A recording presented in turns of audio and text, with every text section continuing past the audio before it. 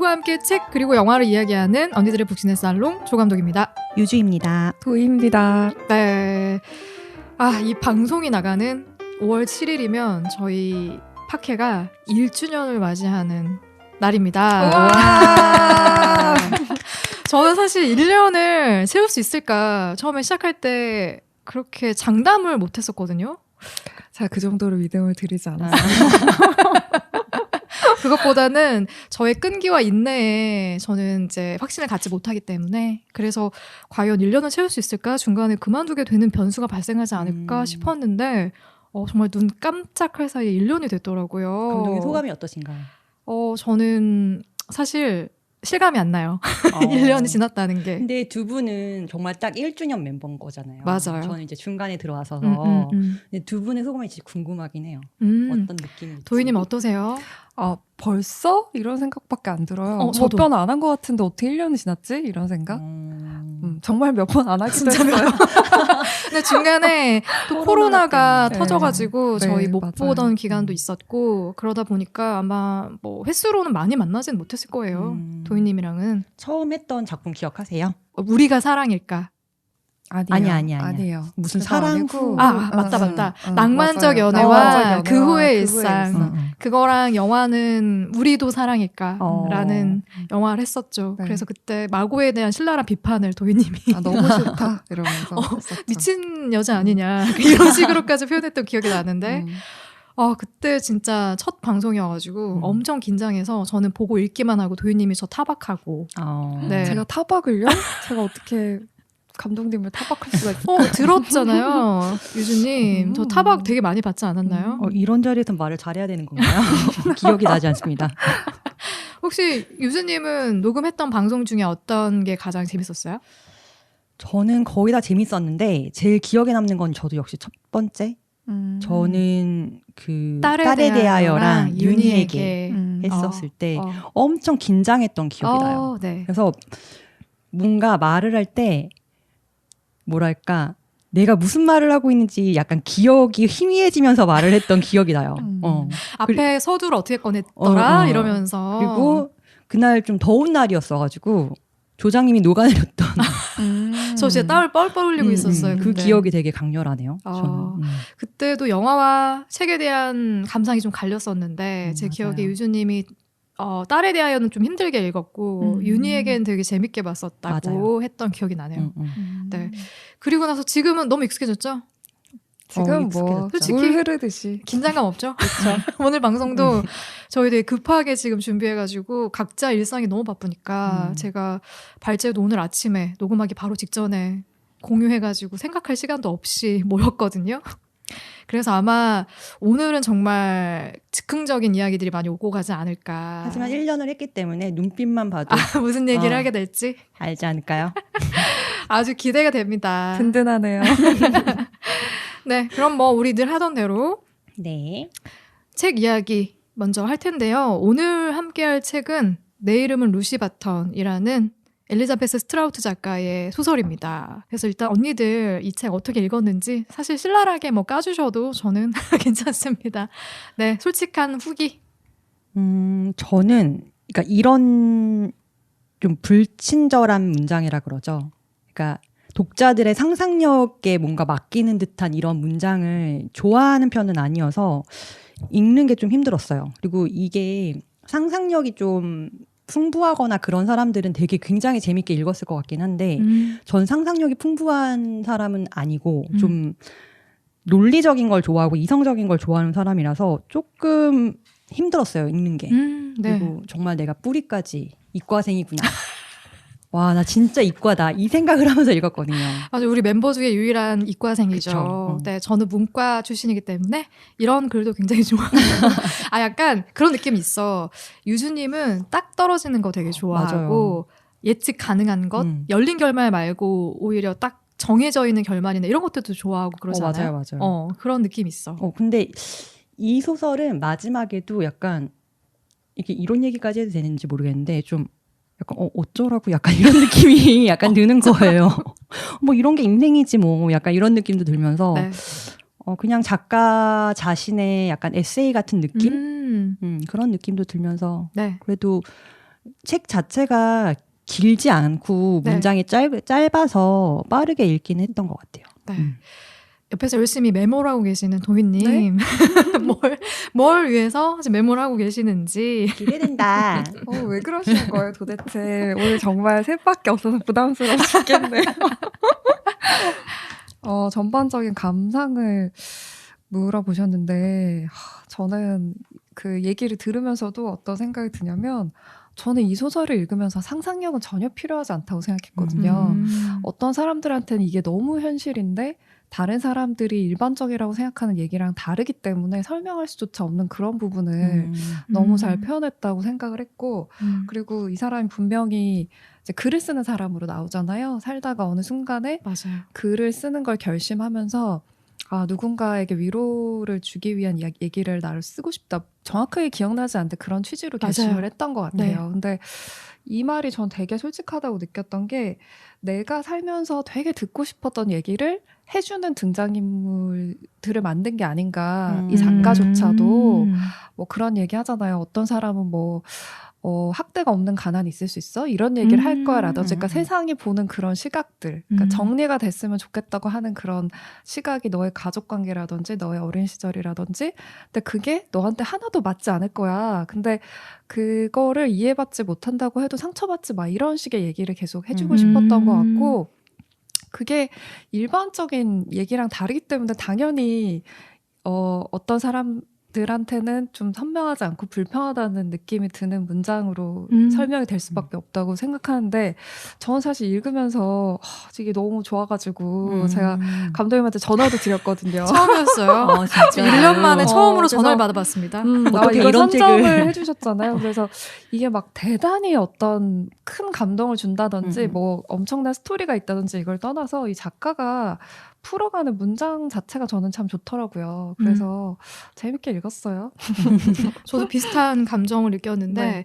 어떤 문장 자체 혹은 안에 들어가 있는 에피소드 자체가 소설 같아. 정말 드라마틱해하는 그런 느낌은 아니거든요. 그것 때문에 몰입이 안 될 수는 있겠다.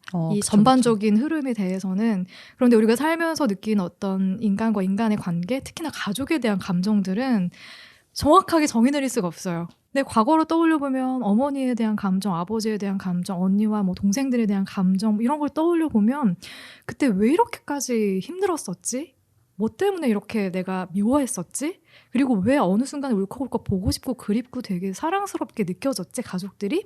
그 감정을 정의 내릴 수가 없어요. 그런 부분들을 작가가 굉장히 담담하게 잘 풀어냈다라는 생각이 들고 저는 문체가 너무 좋아요. 이런 문체들. 짧고 간결하게 그냥 정말 한 문장으로 친절하지 않은 문장인데 보고 나서는 그 앞뒤에 어떤 상황들이 그려져요. 머릿속에.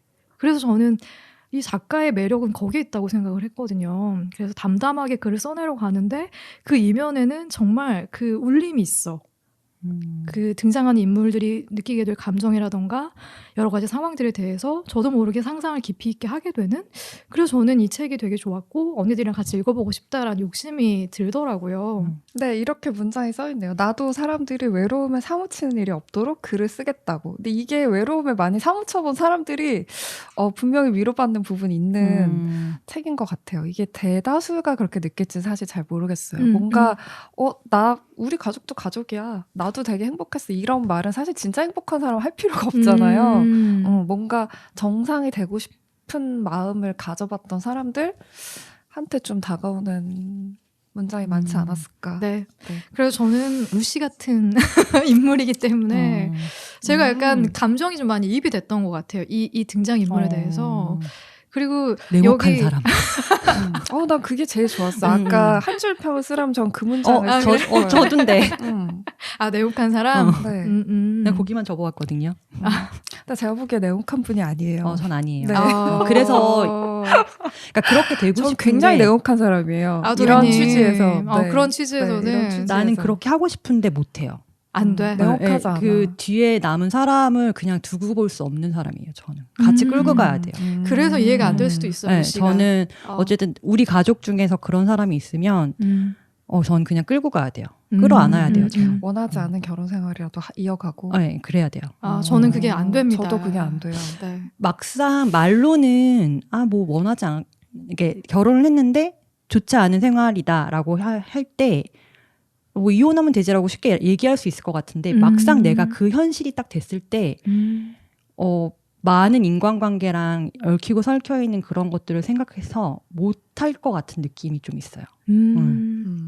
냉혹하지 않은 사람. 네, 그게 저는 잘 안 되더라고요. 어쩐지 루시에 대해서 굉장히 좀 비판적인 시각을 갖고 계시더라고. 근데 어쨌거나 우리 모임에서는 끝까지 계실 것 같네요. 아, 그래? 끌고 가야 돼. 너무 좋다. 안고 가야 되기 때문에 뒤를 돌아보면 항상 제가 거기 있어. 아, 너무 좋은데? 좋아요.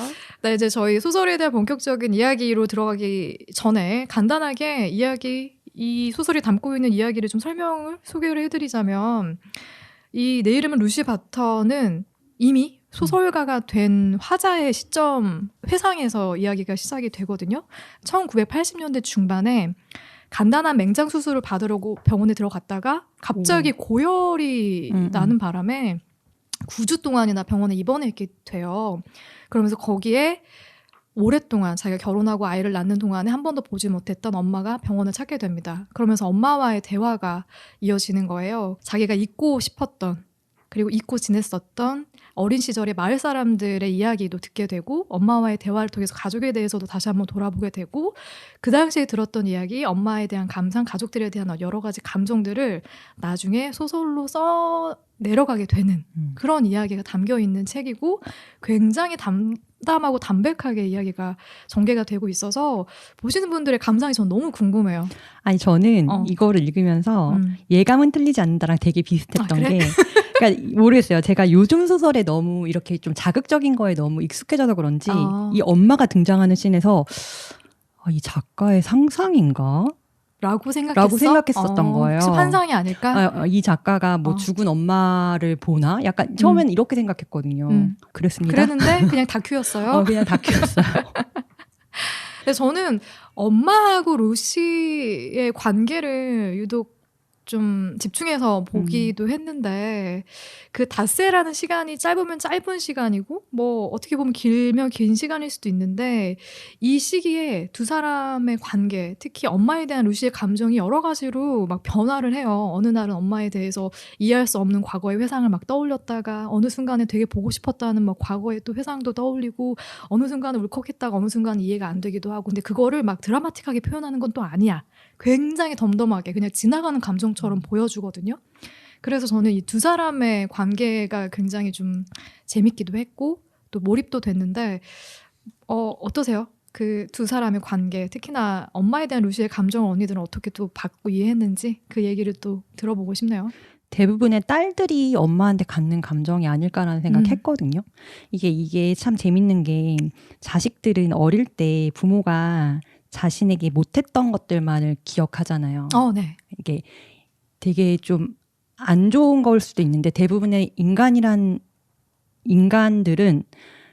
긍정적인 것보다는 부정적인 생각이나 그런 기억에 좀 더 오래 이게 뭐라 그러지, 머문다 그래야 되나? 네, 그런 느낌이 있죠. 그런 것 같아요. 근데 이제 이 루시가 아이를 낳고 결혼을 해서 어머니가 되고 나서 이제 자기가 아프고 하니까 나이가 들면서 자기가 이제 그 어머니가 되면서 느끼는 어머니에 대한 생각?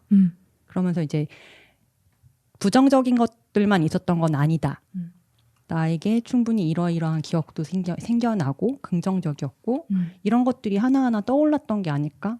엄마에 대한 그러니까 엄마, 뭐 가족, 아버지, 그 일례로 이제는 아버지가 오빠에게 했던 그런 행동들도, 학대들.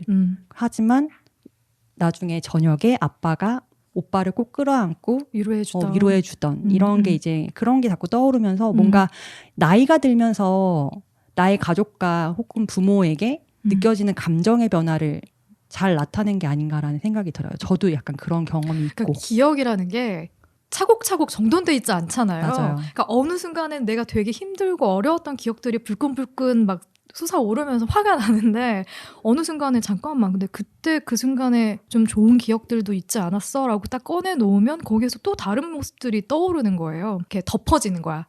좀 싫고 힘들었던 감정을 그 위에 또 고맙고 사랑했던 감정으로 덮어지는 그런 순간들이 중간중간 계속 보여요. 그러니까 치열하게 살다가 조금 나이가 들수록 조금 여유로워지면서 그러한 생각들이 참 기억이라는 게 재밌잖아요. 그때 이제 불쑥불쑥 그렇게 올라오는 기억들이 나쁜 기억만 있었던 게 아닌 거예요. 가족들에게. 그쵸. 그다 그런 거를 되게 잘 설명한 게 아닐까라는 생각을 했어요.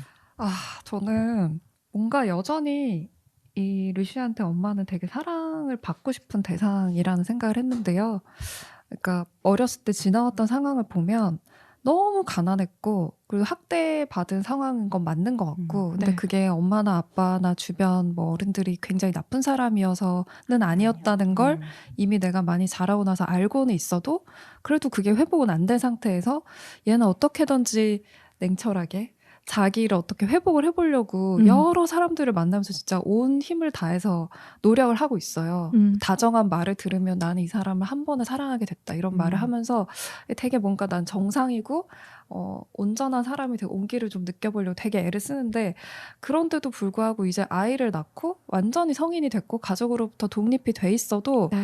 그래도 엄마한테서도 해결이 되지 않은 어떤 감정이 있는 것 같다는 생각이 있지 들었어요. 않나요? 네, 있죠. 그래서 있어. 그냥 단순히 객관적으로 그때 그랬고 엄마가 와서 고맙구나 그런 게 아니라 여전히 그 5일 동안 나는 엄마와의 그 받지 못한 그걸 내가 회복하려고 노력한다고 느꼈었고 그래서 맞아. 이런 부분들이 좋았어요.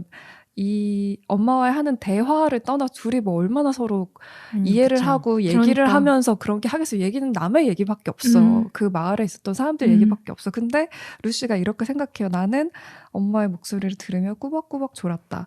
나는 생각했다. 내가 원하는 것은 오로지 이거라고. 엄마랑 그냥 이런 얘기 하면서 편하게 있는 걸 맞아. 얘가 되게 바랬던 거야. 그게 돼본 적이 없는 어린 시절이니까. 그래서 참 이런 거는 저도 저희 엄마를 만나면서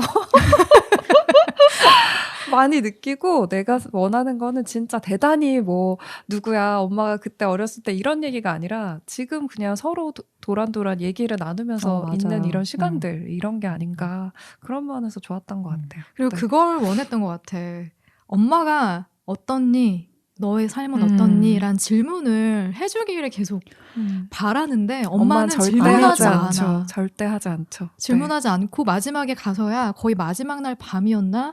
저 책도 냈어요. 단편 2권이나 냈어요. 라고 얘기했는데 거기에 대해서조차도 그러니까 엄마가 뭔가 자기 자신에 대한 질문을 해주길 바래서 그 이야기를 꺼냈는데 결국 끝까지 질문하지 않잖아요. 관심 필요한 필요한 받고 싶은 거예요. 그게 나는 느껴졌었고 그러니까 엄마 자체가 굉장히 그냥 무뚝뚝한 사람인 거지. 엄마가 보면 엄마가 와서 하는 말이 이제 처음으로 워낙 가난한 동네에서 살았으니까 택시를 타본 적도 비행기를 타본 적도 없으니까 어떻게 비행기를 타고 어떻게 택시를 타고 멀리 사니까 자기가 있는 병원까지 찾아올까 그걸 걱정하고 있었는데 잘 도착한 거예요. 무사히. 그래서 엄마 어떻게 왔어요? 무섭지 않았어요? 했더니 나에게도 혀가 있으니까 그걸 썼지. 이렇게 막 그냥 그 한마디에 딱 끝인 거야.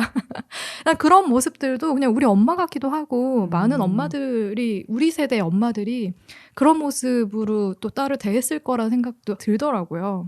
그리고 여전히 둘의 관계가 회복되지 않아요. 서로 자기가 살아온 걸 부정할 수 없으니까 나는 그 딸이 글을 쓰는 사람이 됐고 이런 거에 대해서도 엄마가 의식적으로도 답을 안 했다고 느꼈거든요. 네. 그러니까 너는 우리랑 다른 사람이 됐잖아. 이거에 대한 엄마 불편한 마음 계속 있는 거고 딸도 뭐였죠? 엄마가 뭐 그런 연예인들 TV 프로에 나오는 것도 알아요라든지 뭐 그런 식으로 엘비스 얘기. TV가 있었나요? 뭐 이런 얘기하고. 그러니까 그런 거에 대해서 우리 왜 그렇게 가난했고 이렇게 얘기하지 않지만 분명히 상처가 될 것 같은 말들이 나오잖아요. 나와요. 서로한테. 네. 그리고 그게 회복이 안 돼. 쓰레기라는 단어가 좀 인상적이었어요. 맞아요. 뭐 쓰레기 같은 사람이었지. 엘비스 프레슬리의 말로를 보면서 쓰레기 같은 사람이었지라고 얘기를 하니까 우리가 쓰레기였어요. 우리 가족이 쓰레기였어요. 라고 얘기하니까 거기서 갑자기 뚝 끊기는 거죠. 대화가. 엄마는 어떻게 가족에게 그런 말을 할 수 있지? 라는 생각을 하지만 처음으로 엄마를 만나서 주인공인 루시가 자기 속마음을 꺼낸 거잖아요. 거기서 딱 부딪히는 거지. 팍. 근데 그 뒤에 거기에 대해서 더 이상 얘기하지 않아. 풀려고 하진 않아. 너무 상처를 주는 존재입니다. 가족들은. 네. 그래서 그런 부분들이 되게 좀 엄마에 대한 양가 감정들이 굉장히 잘 묘사가 돼 있어서 좋았고 저는 그런 중간중간에 그런 표현들도 되게 좋았거든요. 왜 부모가 반대하는 결혼을 했잖아요. 독일인 핏줄, 그렇죠. 독일인 혈통의 남자를 만나가지고 아버지가 나치에 대한 반감을 가지고 있었기 때문에 심지어 결혼식까지도 오지 않았어. 딸의 결혼식인데. 그렇게 어렵게 결혼했는데 엄마는 두 사람이 잘 안 될 거라고 처음부터 생각하고 있었고 그걸 은연중에 계속 얘기를 했었고 근데 끝에 가서는 잘 안 되잖아요. 이혼을 하잖아요. 엄마는 단 한 번도 남편에 대해서 얘기를 꺼낸 적이 없어. 그 장면도 기억에 남는 게 아이를 낳고 6년 동안 엄마를 안 만난 거예요. 그러니까 루시도 사실 독하지. 한 번쯤 만날 법한데 어쨌든 자기가 축복받지 못한 결혼을 했고 그러면서 한 번도 자신에게 안부 전화를 하지 않는 그런 부모에 대한 뭐 실망감도 있었을 테고 그랬는데 둘째를 낳고 난 이후였나 첫째를 낳고 난 이후였나 굉장히 남편이랑 좀 다투고 나서 힘든 시기에 엄마한테 전화를 걸었어. 콜렉트콜로. 진짜.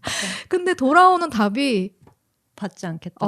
루시 바턴님으로부터 전화가 왔습니다. 전화를 받으시겠습니까? 라고 교화원이는 얘기를 했더니 어머니가 그러면 받지 않겠다.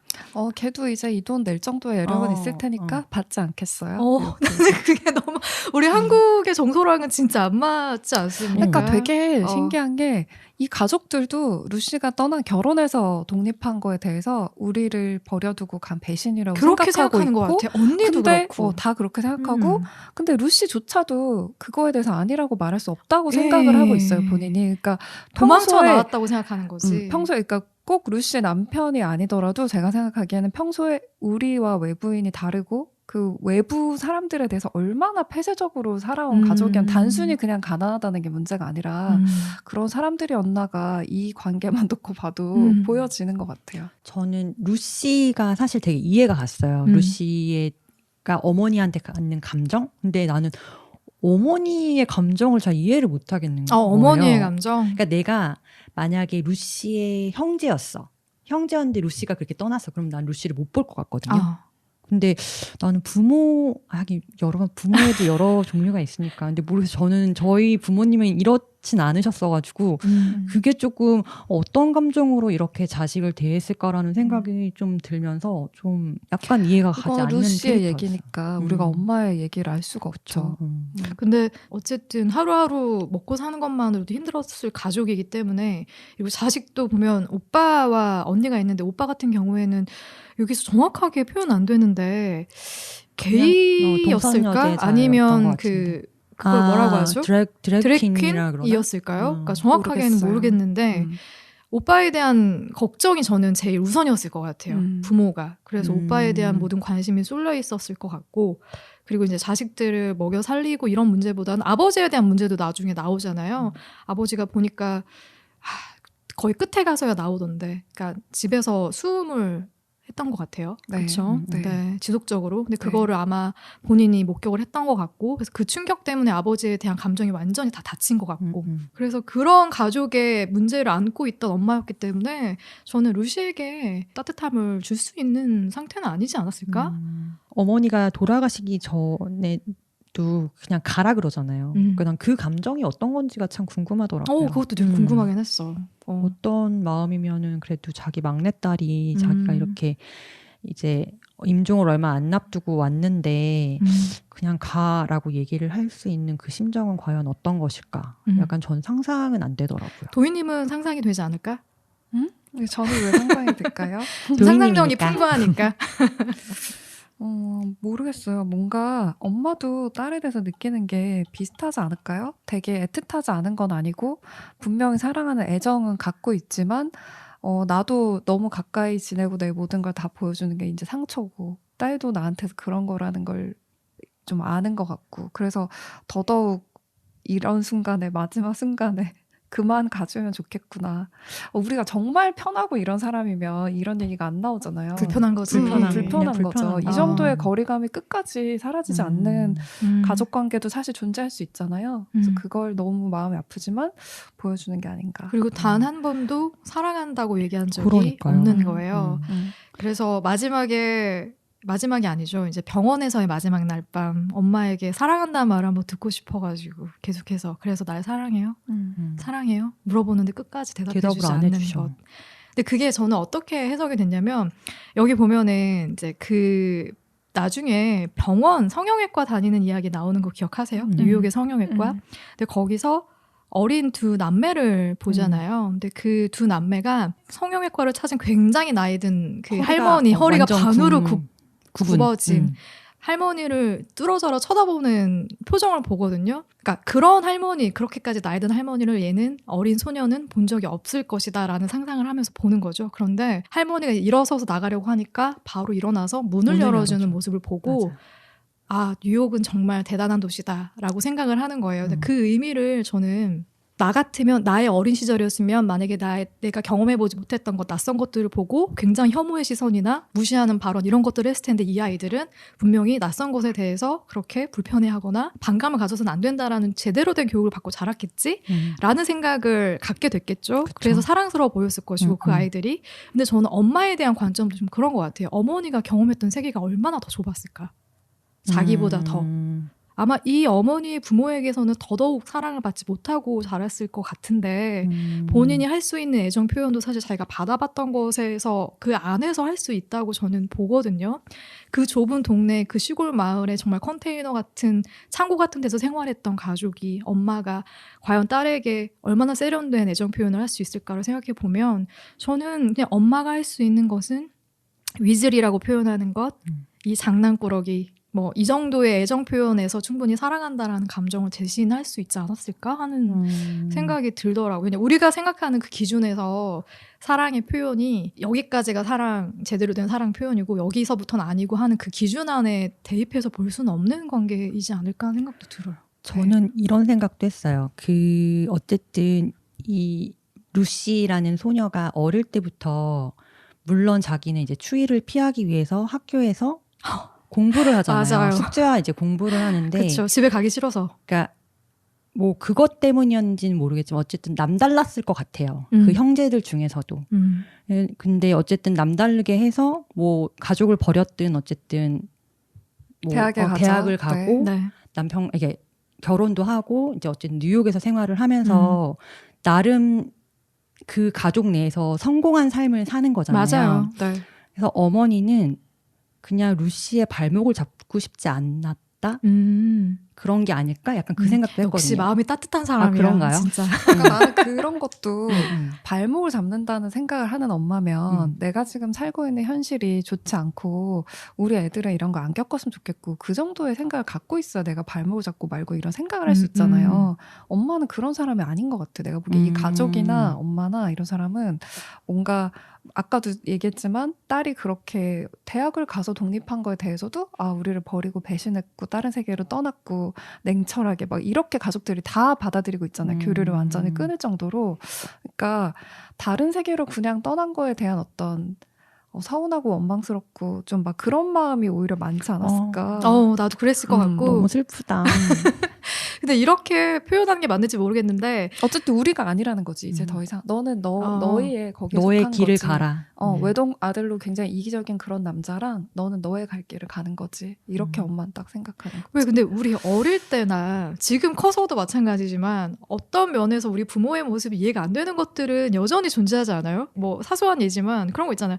난 어머니가 어릴 때 화장실에서 문을 열어놓고 항상 그래서 오마이갓 보시는데 나 진짜 엄마 숨기는 게 없으신 분이셨구나. 아니 엄마 이건 예의가 아니야 라고 말을 하는데 우리 어머니한테 그게 예의가 아닌 게 아닌 거예요. 그러니까 이게 그 뭐라고 되게 설명하기 힘들지만 그냥 맞아. 그 어머니 세대에 어머니가 익숙한 그런 경험치가 있단 말이에요. 다른 세계야. 그리고 되게 속상한 게 내가 그렇게 뭔가 그런 부분에 대해서 엄마 이거는 맞지 않아라고 얘기했을 때 이제 네가 컸다고 나를 가르치려고 그렇게 되는 들고 것도 네가 있지. 나를 어떤 사람으로 생각하니 이렇게 부딪히는 거지. 되게. 그러니까 정말 세계가 다르다라는 세계가 게 달라. 되게 맞는 거 아닐까? 제가 최근에 경험이 있어요. 제가 어머니한테 그 가전을 몇 개 바꿔드렸는데 설치 기사가 이제 왔는데 뭐 간격이 드레스룸이랑 같이 붙어 있어가지고 간격이 떨어지고 아니고 뭐 이런 게 좀 있었어요. 그래서 내가 이거는 정말 설치만 하시는 분이고 이분한테 얘기를 해봤자 아무런 소용이 없다. 그러나 엄마에게 그게 통하지 않아. 여기서 오히려 우리 딸이 이렇게 비싼 돈을 들여서 해주는데 내가 그렇지. 여기서 목소리를 내야지 이러면서 아저씨를 자꾸 계속 뭐라고 하시는 거여서 내가 그게 난 너무 힘들고 그러니까 나 부끄러운 제발 거야. 부끄럽고 그리고 이 아저씨는 정말 해줄 수 있는 사람이 아닌데 그냥 네. 랜덤으로 연결된 기사님인데 그러니까. 그런 부분에서 근데 엄마는 또 가시고 나면 굉장히 서운하신 거예요. 그래. 사람들 앞에서 엄마가 이럴 때 목소리라도 내줘야 되는데 딸이 엄마를 이렇게 한다고. 사람을 이해하는 건 쉽지 않네요. 그럼요. 나도 나를 모르는데. 그렇죠. 저도 저를 잘 모르고요. 네. 근데 여기 소설을 보면은 어머니가 먼저 돌아가시고 그리고 나서 아버지도 죽음을 맞잖아요. 그 다음 해에 아버지가 돌아가시고 나서 이제 오빠하고 언니와의 관계가 오히려 회복이 돼요. 회복이 된다는 표현이 맞는지 모르겠지만 연락을 하게 되는 거죠. 그쵸. 네, 전에는 아예 연락조차 하지 않았고 서로의 안부조차 묻지 않았었는데 루시가 느끼는 게 그런 거예요. 우리 가족은 건강하지 않은 가족으로 살아왔지만 그 뿌리가 또 서로의 가슴을 얼마나 끈질기게 칭칭 감고 있는지를 깨닫게 됐다는 그런 뉘앙스에 이런 가족에 대한 루시의 양가 감정 또한 언니들은 어떻게 봤는지 누구나 이해하는 감정 아닐까요? 가족을 갖고 있는 대부분의 사람들이 이해하는 감정일 것 같고 딱 그 속담이 생각나요. 피는 물보다 진하다. 그런 느낌을 받아요. 네, 딱 그 느낌이 들고 저는 이 말을 어릴 때는 잘 이해를 못했어요. 저는 동생이랑 사이가 매우 극도로 좋지 않았기 때문에 어릴 때 엄청 많이 싸웠거든요. 나도 진짜 많이 싸웠는데 남동생이랑. 저희는 또 연년생이어가지고 더 엄청 싸웠거든요. 연년생들끼리 많이 싸우나 봐. 그랬는데 그때도 막 어른들은 그런 얘기를 해요. 막 싸우고 있으면 야 부모님 다 돌아가시고 나면 피부치가 네 동생이랑 그 누나밖에 없는데 맞아 항상 그 얘기하죠. 그런 얘기를 항상 하시잖아요. 근데 그때는 그걸 이해를 못했어요. 무슨 상관이야? 난 나 혼자 잘 살 거야. 이런 생각을 좀 많이 했었는데 이게 나이가 들어서 그런지는 모르겠는데 그냥 동생도 이해가 가더라고요. 아마 동생도 저를 이제 좀 이해하는 것 같아요. 저의 유난스러움, 그러니까 동생이 봤을 때 나의 유난스러움 이런 것들을 이해하는 것 같고 최근에 좀 대화를 많이 하거든요. 그러니까 이제 서로를 알아가면서 아 이런 게 가족일 수 있겠다라는 생각이 그럴 수 있지. 저는 진짜 놀랍게 얘한테 이런 아이한테 내가 느낄 줄은 몰랐는데 분하게도 요즘에는 그런 걸 좀 느끼고 있어요. 근데 그거 되게 신기하지 않았어요? 그러니까 언니에 대한 감정은 좀 베키 맞죠? 베키 맞나? 아니. 비키? 비키. 비키에 대한 감정이 나는 제일 신기했어. 그게 언니와 어릴 때부터 친하지 않았잖아요. 그렇게 친하게 지내지 않았는데 그리고 결혼하고 나서도 사실 연락 한 번 안 하고 지냈던 사이였는데 지금 연락을 해도 뭐 애들이나 남편에 대해서는 묻지 않죠. 네. 그럼에도 불구하고 뭔지 모르게 자기가 갖고 있는 빚 같은 거, 부채감 같은 계속 거 보내고 있습니다. 네.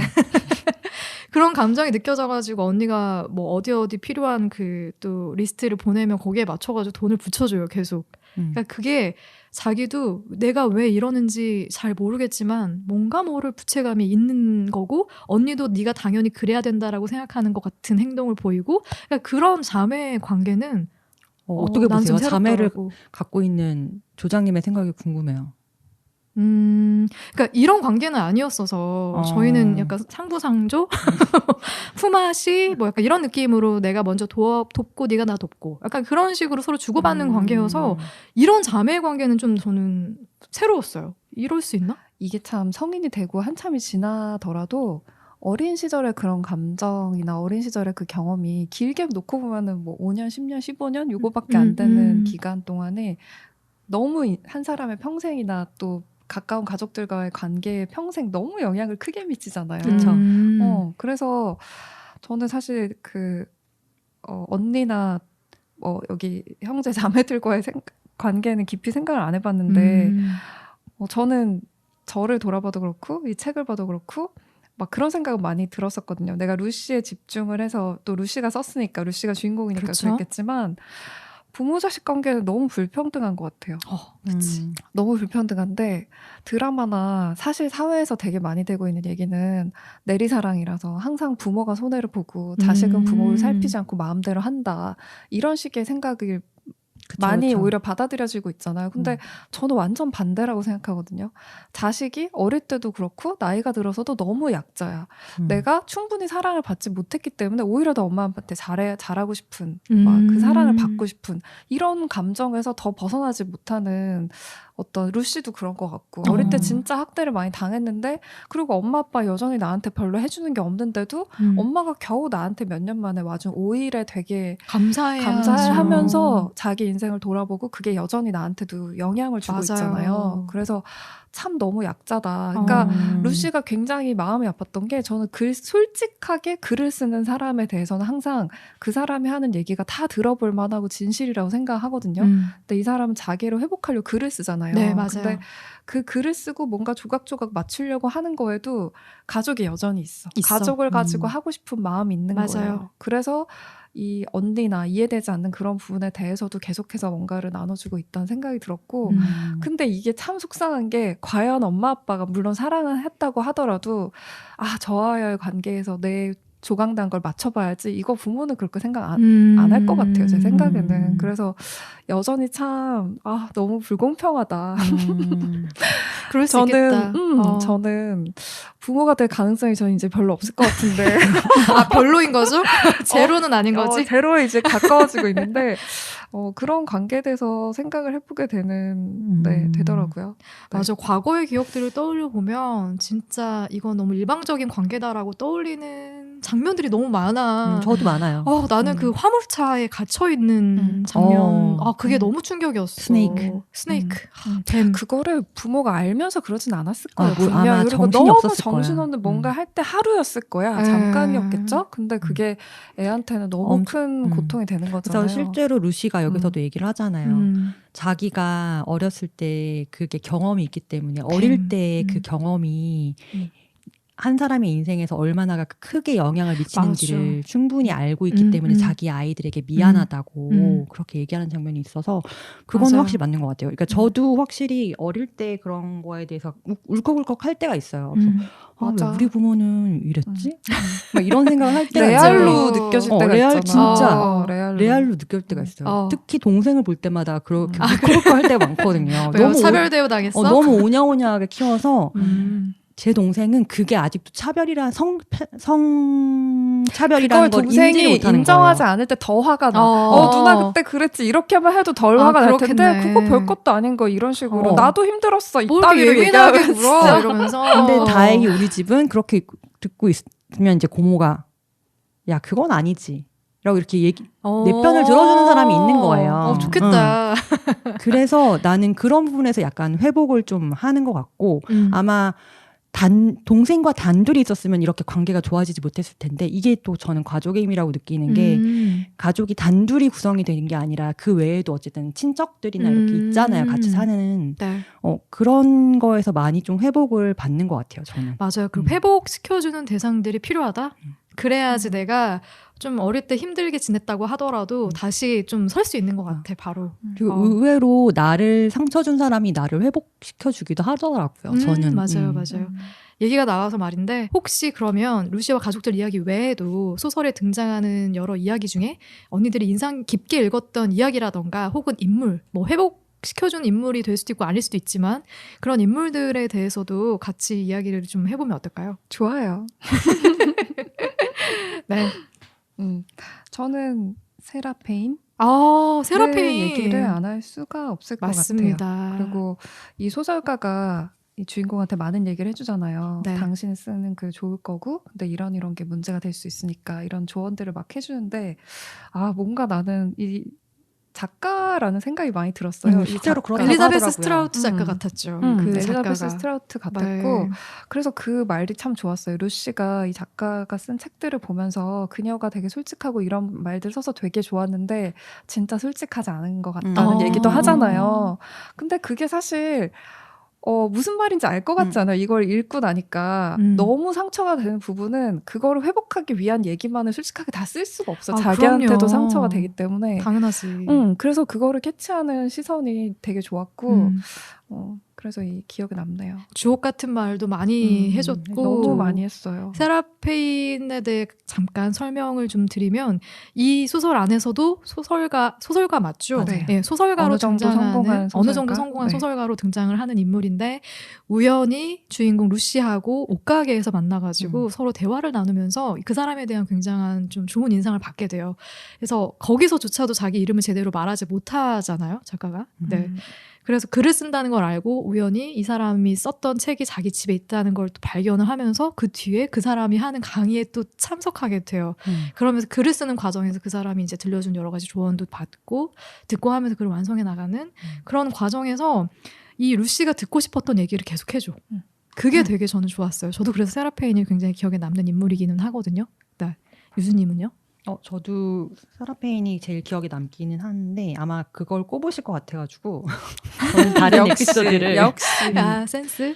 그래서 저는 좀 인상적인 에피소드였던 게 아마 동성연애 관련해가지고 그 시위 퍼레이드? 네, 퍼레이드가 있고 해서 아마 그 당시에 그게 되게 좀 핫 이슈 같은 네. 거였나 봐요. 그래서 AIDS, 네, 에이즈. 네, 에이즈 그걸가 이제 한참 유행이라고 해야 되나 이게 그게 한 처음 이제 80년대에 막 발생해서 맞아요. 어떤 병인지 모르는 네. 희귀병처럼 막 이렇게 전염력이 워낙 강해가지고 여겨졌던 그런 질병이었던 것 같은데 이 루시가 입원을 하고 금방 퇴원을 할 줄 알았는데 폐혈증인가 뭔가 해가지고 다시 한번 뭐 검사를 해봐야 된다라고 하면서 어머니는 떠나고 혼자 이제 그 검사를 하러 가는데 이렇게 누워 있는데 우연히 복도에서 에이즈 환자를 마주하게 되는 장면이 그쵸. 있어요. 본인은 복도에 침상에 눕혀져 있고 맞아요. 그리고 그 사람은 병실 안에 들어가 있었고 노란 딱지가 붙어 있었다고. 그게 그 에이즈 환자의 표시가 붙어 있는.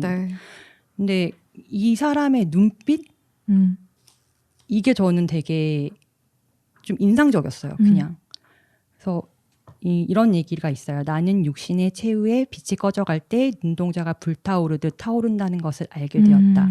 그래서 그 어떤 의미에서는 그 남자가 그날 내게 도움을 주었다. 그의 눈동자가 말했다. 나는 시선을 돌리지 않을 거야. 나는 죽음이 엄마가 나를 떠나는 것이 두려웠다. 하지만 그는 절대 시선을 돌리지 않았다. 뭔가 되게 이 냉혹함? 이라는 거랑도 되게 잘 맞아 떨어지는 에피소드가 아니었나라는 생각이 들고 그냥 되게 많은 생각이 들더라고요. 그리고 저도. 제일 먼저 이 루시가 굉장히 애정을 품었던 사람이 나오잖아요. 제레미가 나오잖아요. 네. 제레미가 그 사이에 죽었잖아요. 맞아요. 그리고 에이즈로. 그 에이즈로 얘기하신 그 환자가 제레미였을 수도 있다고 생각했던 것 같아요. 맞아요. 그래서 와, 나는 진짜 슬펐어. 이 사람이 너무 슬펐어요, 나도. 남편과의 관계도 이제 다 끝나가고 이런 상태에서 물론 제레미도 자기 삶에서 뭔가 한계가 다 있는 사람이지만 되게 다정하고 이 사람을 너무 좋아했고 말이 통하던 상대였는데 그렇게 끝난다는 게 참 슬펐습니다. 그러니까 그러니까 루시가 이야기하는 인물 중에 가장 좋은 기억으로 남았던 인물이 첫 번째 등장인물 아니었나요? 맞아요. 왜 두 사람이 같이 그 공원을 걸을 때였나? 그때 지나가는 그 동성 커플을 발견을 하고 부러워하는 그 루시의 말이 툭 튀어나온단 말이에요. 저 두 사람은 저렇게 서로를 가졌고 진정한 공동체로 결속되어 있으니까요. 이렇게 부럽다고 얘기했어요. 맞아요. 그러니까 그 말을 듣고 제러미가 이렇게 웃는단 말이에요. 미소를 짓는다고요. 그러니까 그걸 보면서 내 안에 있는 외로움을 이 사람이 봤나 보다라고. 보통 사람들이 사실 동성 커플을 보면서 그런 부러움의 시선을 주기가 어렵잖아요. 그쵸. 제러미도 되게 속이 외로운 사람이었으니까 이거를 바로 알아봤던 것 같고 그거를 알아본 거를 루시가 또 바로 알잖아요. 맞아요. 그래서 루시한테 글을 쓴다는 거 알고 나서 제일 먼저 냉혹한 사람이군요. 당신인데 이게 되게 좋은 말이었어. 사실 넌 타협하지 않고 너 자신으로 되게 계속 사는 사람이구나. 이런 뜻으로 얘기한 건데 이 당시에는 무슨 말인지 이해하지 못했죠. 너 냉혹한 사람 아닌데 이렇게 얘기하잖아요. 그래서 그런 부분 참 좋았고 그러니까 어떤 소설이고 어떤 에피소드든 간에 뭔가 되게 외로운 사람들끼리 이걸 알아보고 서로 이렇게 맞아요. 공명하는 그런 장면은 항상 좋은 것 같아요. 그 의사하고도 묘한 감정을 또 주고 맞아요. 받기도 하고 나의 마음의 영혼의 친구. 네. 추가 돈을 받았죠? 아니죠. 아니죠. 정말 많이 덜 왔는데 받은 5번밖에 안 쓴 번밖에 안 거잖아요. 받았다는 9주 거였어요? 동안 네. 매일같이 매일 찾아왔는데 맞아. 5번밖에 오해. 줄인 거예요. 오히려. 그러니까 그 사람의 마음이 느껴졌다고 하죠. 그래서 결국에는 루시의 그런 냉혹함이라는 표현이 맞는지는 모르겠는데 아이들이 다 성장하고 나서 더 이상 사랑하지 않는 관계에서 결혼을 이어가는 것이 제가 볼 때는 뭐 의미가 없다라고 판단했을까? 어떤 감독님의 이유였을까? 에피소드 전 궁금한데요. 그 교수 예술가 저도 이 사람이 했던 말 같은 거 굉장히 공감했거든요. 아, 그래요? 네, 제가 했던 연애들 중에 정말 좋은 쪽에 속하지 않는 그런 네, 연애에 이 제 남자가 얘기를 겹쳐 보이는 순간이 있었어요. 건너뛰려고 저도. 했는데 또 나의 질문을 사회적인 해주시니까 계급을 오케이, 계속 이렇게 알겠어. 가늠해보고 싶어하는 그런 옷으로 뭔가를 좋습니다. 그럼 저의 에피소드, 제가 인상 깊었던 에피소드는 내가 대학 시절에 만났던 교수이자 예술가였던 남자인데 루시에게 했던 얘기가 있어요. 그러니까 루시가 그때 너무나 가난하니까 중고 매장에서 옷을 사 입고 막 그랬던 시기인 거예요. 그래서 그 여자가 아니죠. 루시한테 자기가 이제 다른 대학 교수하고 비교하면서 얘기를 하는 게 그 여자는 스타일이 있고 너는 본질이 있어. 이렇게 얘기를 하는 거예요. 재수없어. 그랬더니 루시가 스타일이 본질이에요. 라고 말을 툭 던진 거죠. 거기서부터 시작해가지고 지나가는 집들이 이제 보일 때마다 루시한테 너희 집은 저랬어? 이랬어? 저 정도 크기였어? 계속 그걸 묻고 그리고 나중에는 주로 어렸을 때 어떤 걸 먹고 자랐어? 라고 얘기를 하니까 뭐 당미를 바른 빵을 먹었다고 했나? 먹기가 좀 그런 음식이었나 보죠? 그랬더니 그럼 그걸 다 먹고 난 뒤에는 다 같이 방구로 꼈나? 뭐 이런 얘기를 한 거예요. 근데 이제 루시 입장에서는 실이 툭 끊어진 거야. 무심코 내뱉은 작은 말 한마디에 영혼의 부피가 줄어든다는 느낌을 받고 이 남자와는 결혼할 수 없겠다라고 생각을 하거든요. 혹시 언니들 이런 비슷한 경험 해본 적 없어요? 많죠.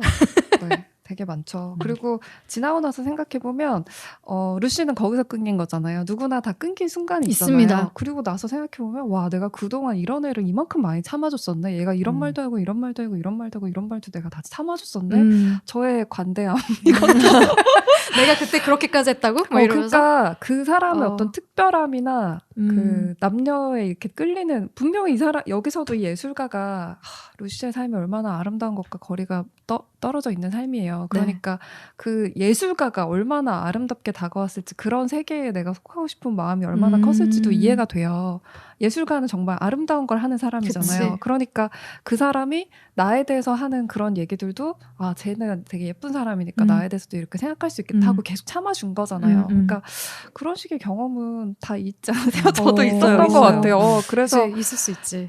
있을 수 있죠. 그래서 뭔가 오히려 지금 생각해보면 내가 저런 걸 참을 정도로 내가 뭔가 그 당시에는 이런 게 굉장히 부족한 사람이었구나. 이걸 오히려 깨닫게 되더라고요. 지금 보면. 전 남자들한테도 그렇지만 여자들한테도 그런 적이 그럴 있어요. 수 있죠. 그쵸. 그러니까 충분히 모든 있죠. 인간관계에서 한 번씩은 그런 경험이 누구나 있진 않을까요? 그게 정확하게 뭔가 기억이 나진 않는데 그냥 그걸 듣는 순간 얘랑은 좀 멀리해야겠다. 라는 생각이 좀 들었던 것 같아요. 이렇게 사람을 판단하는 친구랑은 조금 내가 같이 있으면 물들 수도 있겠다. 이런 생각이 드는 그런 찰나의 순간들이 있었던 것 같아요. 항상. 그래서 멀어졌던. 근데 남녀 관계에서 그게 빠져나오기가 참 힘들어. 왜냐면 분명히 나를 요렇게 얘기하면서 또 그걸 되게 좋게 포장해가지고 동시에 되게 그게 내가 되게 좋은 점이구나. 이래서 얘가 나한테 끌리는구나. 이것도 아니까 여기서 빠져나오기가 참 맞아요. 힘든 것 같네요. 근데 도대체 이 예술가는 루시를 왜 만난 거야? 이렇게 되게 화려한 거 좋아하고. 근데 루시가 자기 자신에 대해서 묘사를 많이 안 해서 그렇지 굉장히 빛나는 사람이 아니었을까요? 그런 가정 환경에도 불구하고 책을 정말 많이 읽고 맞아요. 공부도 잘했었고 그리고 되게 아름다운 거나 이런 진짜인 세상에 대해서 동경이나 이런 것도 분명히 있었을 거고 매력적인 여자였을 것 같은데요, 저는. 그리고 자기가 어쨌든 만들어 놓은 뭔가 환상에 루시를 자꾸 끼워 거야? 넣고 싶어 하는 그런 감정이 아니었을까 싶어요. 나중에 메일도 쓰고 말이지. 블루밍데일에서 한번 만났다 그러지 않았어요? 그래서 블루밍데일에서 만나지 않고, 그러니까 나중에 어떤 사건이 있냐면요. 마주쳤죠. 네. 마주치고 싶지 않은 순간에 마주쳤죠. 루시가 결혼하고 난 이후에 한참 삐걱거릴 때 이제 옷을 대충 입고 나간 거예요. 빨간색 스웨터에 뭔가 어울리지 않는 남편 옷을 입고 남편 옷을 입고 맞아요. 이제 지인 예술가가 연 행사에 참여를 했는데 거기서 이 예술가를 만난 거예요. 그랬는데 그 눈빛, 위아래를 훑어보는 그 눈빛, 그걸 저 새끼가 분명히 나한테서 뭘 봤을지 난 너무나 알겠고, 근데 되게 짜증나는 거는 나도 거기 아직도 여전히 내가 되게 크게 영향을 받는다는 거를. 너무 싫었을 것 같아요. 그러니까 그 눈빛을 보고 난 이후에 집에 와서 어떤 생각을 하냐면, 왜 인간은 자기가 스스로 더 우월하다고 느끼기 위해서 내리 누를 다른 누군가를 찾아내는 습성이 있는가, 그리고 그 방법들을 왜 또 다 다양하게 찾고 있는가, 그래서 그런 습성이 인간의 가장 저속한 부분이 아닌가라고 생각하는 장면이 나오거든요. 저는 이게 너무 공감이 돼서, 분명히 저는 그 예술가가 루시를 위아래로 훑어보면서 그래, 내가 선택하지 않은 여자 이런 이유 때문이었지 라고 생각했을 거라고 봐요. 저는 본인의 어떤 우월감을 느끼기 위해서. 그게 올리브 키터리지라는 책에서 굉장히 잘 묘사가 되어 있거든요. 그런 인간이 다른 인간들을 보면서 내가 우월하다라고 느끼는 그런 포인트들. 저는 이런 관점이 참 좋아요. 이런 관점이 좋은 게 여기서 얘기하는, 왜 인간은 다른 사람보다 스스로 더 우월하다고 느끼기 위해서 다른 사람을 자꾸 내리누르려고 그렇지. 하고, 내리누르기 쉬운 상대를 찾고 찾죠. 논리를 만들고 맞아요. 이럴까. 근데 그게 나는 왜 좋았냐면, 이게 사실 자기 자신을 돌아볼 때 할 수 있는 말이잖아요. 다른 사람한테 쟤 왜 그래 이런 거라기보다는 나에 대해서 이게 되게 저속한 부분이야, 이러지 말아야지. 근데 사람은 살면서 누구나 나 정말 쟤네랑 다르게 특별해 이런 걸 계속 하고 싶은 거잖아요, 내가 살기 위해서도. 그럼요. 근데 계속 이런 생각을 하고 있는 점이 참 좋았고, 그리고 루시가 감탄하고 반하고 했던 많은 인간관계를 보면 다 이런 면에서 이러지 않으려고 하는 사람들을 알아보고 되게 좋아하게 돼. 그 선생님 있잖아, 되게 가난하고 지저분하고 이랬던 나를 반 애들이 다 같이 놀리려고 하고 그걸 주도하는 애가 분명히 있었는데 그거를 딱 놓고 하지 말라고 이렇게 얘기해준 그런 사람이 사실 잘 없잖아요. 그렇죠. 얼마나 애한테는 이게 모두에게 영웅이었던 그 선생님. 고마운 경험이었겠어요. 그래서 사실 되게 막 여전히 전 드라마를 너무 좋아하는데 영화도 좋아하고 뭔가 쟤는 꼬여있고 어릴 때 좀 그늘이 있고 이런 애들은 요렇게밖에 못 살 거야, 이런 정서가 아직도 너무 있죠. 많이 발견이 돼. 근데 네. 이런 에피소드나 루시 바턴의 얘기를 들으면서는 아니야, 저런 경험을 해봤기 때문에 오히려 이런 시각을 갖고 훨씬 인생을 이렇게 좀 따뜻하게 볼 수 있는 거야, 이런 생각을 하게 해줘서. 맞아요. 저도 그 좋은 느낌 것 같습니다. 받았어요. 네. 네. 그리고 끝에 가서는 결국 아이들이 다 성인이 되고 나서 이혼을 하잖아요, 남편이랑. 네. 그리고 작가로도 성공을 하고요. 근데 이 이혼을 한 이유가 사랑이 식어서라기보다는 남편에게 여자가 생기지 않았나요? 여자는 이제 그 이후에 그 이유인 거예요. 근데 그게 무슨 의미가 있을까요? 이미 남편과의 관계는 소원해지고 있었겠죠. 그때 이미 병원에 데리고 왔을 때도 만나고 있는 거잖아요. 이미, 그러니까 사실 친절하게 얘기하지 않았을 뿐이지 그 말 한마디에 거기서 그렇게 표현하죠. 우리 아이들을 데리고 돌봐주었지만 자기 자식이 없는 여자. 계속 그렇죠. 이름도 말하지 않아. 그냥 그렇게 설명한단 말이에요. 묘사한단 말이에요. 처음부터 그 여자에 대한 반감이 있는 상태로 이야기가 시작되긴 했어. 근데 그때부터 만나고 있었을 것 같긴 한데 그거를 저는 명확하게 얘기해주지 않아서 좋았어요. 그 여자랑 뭐 처음부터 만나고 있었고 사실은 몇 년째 불륜이었고 뭐 이런 얘기가 없이 상상하게 만들잖아. 이게 이제 여기서 계속 반복되는 솔직하지만 사실 진실을 다 얘기하지 않는 이 부분 얘기하지 않는 거죠. 근데 불륜이었을 것 같아요. 저는. 네. 그래서 이혼을 하고 난 이후에 아이들이 가끔씩 그런 얘기 한단 말이에요. 뭐 둘 다 양쪽 다 재혼을 했으니까 루시도 재혼을 하고 남편도 재혼을 하고 나서 새엄마도 좋고 뭐 재혼한 그 예술가 아저씨, 음악하는 아저씨도 좋지만 나는 두 분이 일찍 돌아가시고 엄마 아빠가 다시 같이 살았으면 좋겠어 라는 얘기를 한단 말이에요. 그 순간에 루시가 내가 애들한테 어떤 상처를 줬는가에 대해서 되돌아보지만 결국 자기는 자기 인생을 사는 자신의 모습이 또 좋단 말이에요. 엄마 아빠 그렇게 같이 산다고 해도 지금보다 상처를 더 줬을 수도 있어요. 그럴 수도 있죠. 네. 그러면서 이 이야기는 내 것이다. 이 이야기만큼은. 그리고 내 이름은 루시 바턴이다. 라고 자기의 정체성을 명확하게 드러내면서 이야기가 좀 마무리가 되어 가는데 이런 소설의 엔딩은 또 어떻게 보셨는지? 제일 좋았습니다. 제가 잔뜩 줄을 그어놨네요. 그리고 한 문장만 고를 수 있다고 하면은 이 부분을 저는 골랐을 것 같아요. 여기서 자기 스스로도 이제는 내가 냉혹함을 갖고 있다라고 인정을 하고 그걸 뭐라고 풀어서 설명하냐면 진정 냉혹함은 나 자신을 붙잡고 놓지 않는 것에서 나온다고 생각한다 라고 얘기하면서 내가 견딜 수 없는 곳에는 다시 안 가고 나의 고향집 내가 원하지 않는 결혼생활 안 할 거고 그래. 내 자신을 내가 움켜쥐고 인생을 헤쳐나갈 거다. 눈먼 박쥐처럼 그렇게 계속 나갈 거다. 이게 냉혹함이다. 나는 그렇게 생각한다고 썼고 그리고 사실 엄마도 병원에서 이런 얘기를 했다고 덧붙여요. 네 인생을 봐 루시 바턴 이러면서 너는 묵묵히 네 길을 가서 원하는 걸 잃었잖아. 이게 비난일 수도 있지만 엄마도 어쨌거나 이런 부분에 대해서는 인정하고 그렇지. 보는 거잖아요.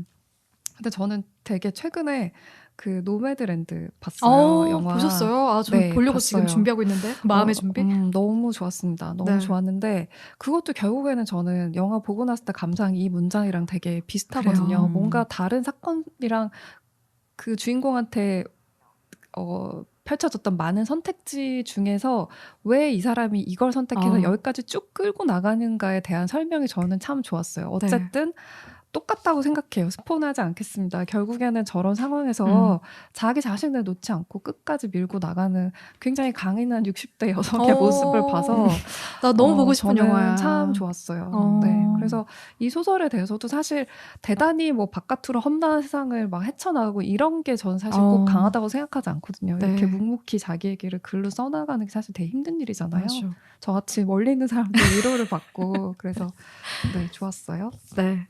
그냥 저는 이걸 보면서 참 나와는 다른 사람이다 하지만 이런 게 그냥 사람 사는 거구나라는 생각을 했거든요. 이게 마지막 엔딩에서도 보면 모든 생은 내게 감동을 준다라고 얘기를 해요. 너무 멋있지 않습니까? 그래서 그냥 모든 삶이 그런 것 같아요. 네. 저는 되게 울컥하는 마지막 엔딩이 아니었나라는 생각이 들어요. 좋았어요.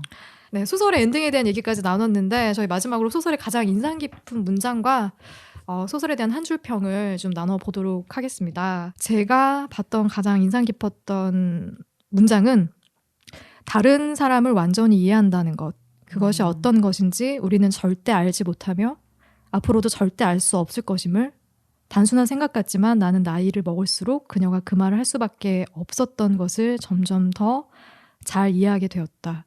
저는 이 얘기가 정말 이 소설을 관통하는 하나의 메시지인 것 같다는 생각도 들더라고요. 내가 누군가를 완전히 이해한다는 것, 이런 사람이라고 이해하고 있었는데 그렇지 않은 면도 분명히 갖고 있었던 기억들을 막 떠올리면서 단순한 생각인 것 같지만 누군가를 완벽하게 내가 이해한다라고 단언해서는 안 되지 않을까 하는 생각도 저는 들어요.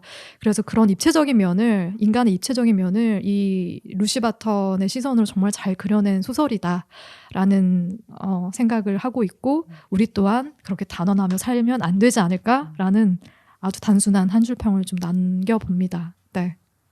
저는 루시랑 감정이 이렇게 오르락내리락하는 곡선이 일치할 수가 없었어요. 많은 사람들이 그랬을 거라고 생각해요. 이 루시가 그 말만으로도 나는 이곳에 오기를 잘했다는 생각이 들었다. 뭔가 설명회 갔다가 세라페인이 와서 뭔가 얘기하는 청중들을 향해서 한 말. 근데 나는 청중들의 이 그녀의 말 중에 왜 이렇게까지 그 루시가 이걸 중요하다고 생각했는지 난 이해할 수가 없었어. 그리고 뒤에 가서도 나는 갑자기 울고 싶었다. 이 부분도 공감이 안 됐어요. 그러니까 다 알 수가 없어. 우리도. 그리고 이걸 자세히 설명하지도 않아요. 근데 그래서 이런 문장들이 좋았던 것 같아요. 결국에는 글을 쓰기 시작하면서 이런 문장들이 나오거든요. 나는 그런 순간들을 쥐고 있을 수도 없지만 다른 사람들 보라고 펼쳐 보일 수도 없다. 그리고 또 뒤에 가면은 나는 내가 말로는 할 수 없었던 것들을 썼다. 이게 너무 솔직하고 이런 문장이라고 하면은 사실 그냥 이게 다인 것 같아요. 이게 다인 것 같고 어느 순간에 내가 또 이걸 공감할 수도 있을 것이고 뭔가 내가 결국 소설에서 원하는 거는 어떤 주인공이나 작가와 100% 싱크로되는 순간을 꼭 원하는 게 아니라 이런 식으로 엇나가는 많은 감정들이 표현되는 거를 보면서 내가 위로를 받는 거잖아요. 사실 네. 나도 기억 못하는 나의 그래서 글쓰기에 대해서도 다시 한번 생각을 하게 봤었고 좋았어요. 나는 글을 쓰기 시작했다. 이런 문장도 좋았습니다. 맞아요. 너무 좋았습니다. 네. 저는 한 줄 평이라기보다는 그냥 저의 감상? 내 이름은 박경빈이다. 그런 삶을 좀 살고 싶다라는 생각이 들기는 역시. 해요. 왜냐하면 저는 좀 이 사람이 좀 대단하다라고 생각하는 부분 중에 하나가 그 냉혹함인데, 저도 처음에 그 제레미가 얘기했던 냉혹함을 이해하지 못했어요. 이 사람은 냉혹하지 않은 아름다운 박경빈. 근데 뭔가 저는 루시 바턴 같은 삶을 살지는 않을 것 같아요. 못할 것 같고 이러한 성격이 아니라서. 근데 나도 내 자신으로 살고 싶다라는 생각이 좀 듭니다. 느낌 되게 다르지 않아요? 내 이름은 누구누구다라고 이렇게 선언하는 순간 뭔가 내 인생이 특별해지는 것 같은 느낌? 인정받는 것 같은 느낌이 들어서 책 제목도 저는 너무나 마음에 들었습니다. 내 이름은 도유주다. 바꿔주시겠어요? 네, 다음 주에는 또 다른 가족에 대한 이야기, 미나리라는 영화 요즘 굉장히 핫하죠.